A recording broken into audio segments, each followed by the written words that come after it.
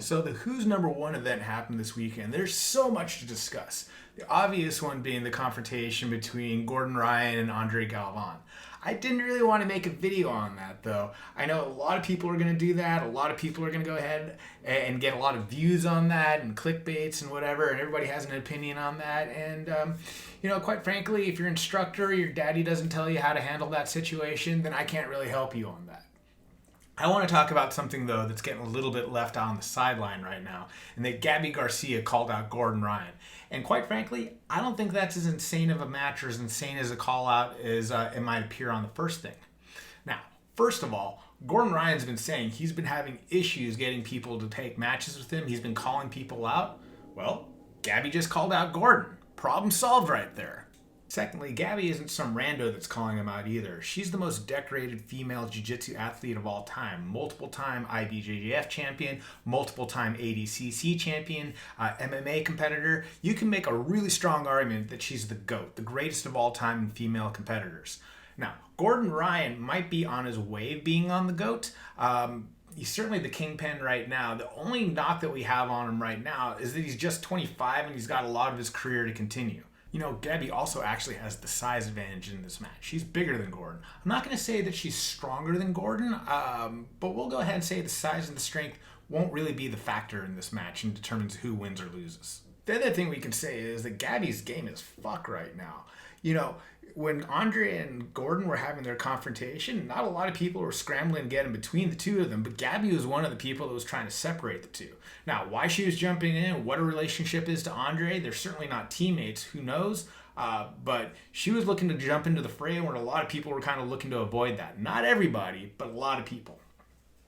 Now, your argument might be that Gordan Ryan would be a huge favorite if that match was to happen. And you're right, but so what?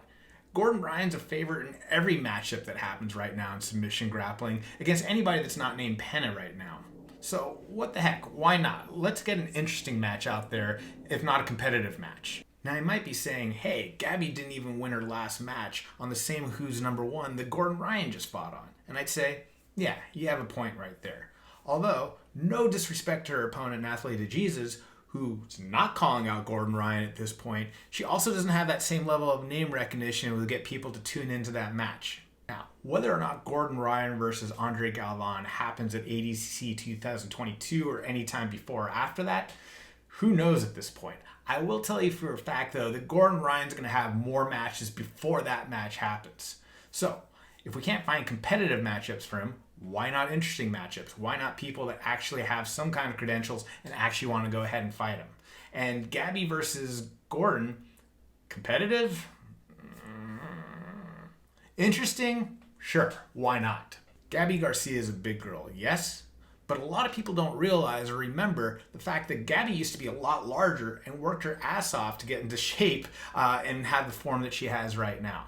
You also have to remember that there's no advantage to being that size as a female in competitive martial arts, competitive combat sports. There just isn't. Number one, any matchup that you have, they're always going to be rooting for the smaller girl. They're always going to say, like, no, it wasn't your technique and hard work that got you that. It's just the fact that you're the bigger girl, which is completely unfair to her. Secondly, there's just not a lot of competitive matchups for her. Not her fault. There's just not a lot of women out there doing the same thing that were built her and born her size.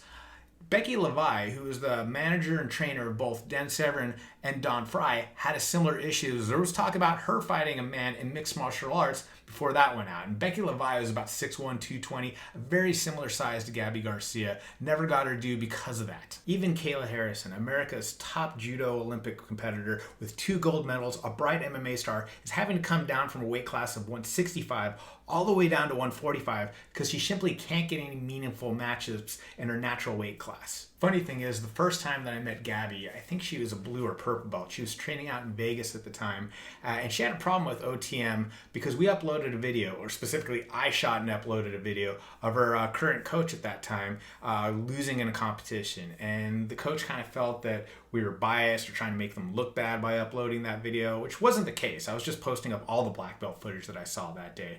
But she had come into the OTM fight shop and she saw Scotty because I was the more anonymous one with OTM and Scotty was the one that was a little bit more in front of the camera, gets a little bit more of the publicity. Hey, you were trying to make us look bad. and she starts chasing him around the parking lot, like literally like running after him like she was gonna grab him and do whatever to him right there. And Scotty was running for his life, and I've never felt as bad for the fact that I could have spoke up and said like, no, it was actually me that shot the video. But I let kind of Scotty take that one right there. He's fast anyways. But to summarize, I don't think Gabi Garcia versus Gordan Ryan is an outrageous fight as it might sound on the first place. Do I think it's competitive? No, I think Gordan wins all the way. But that doesn't mean the match shouldn't happen.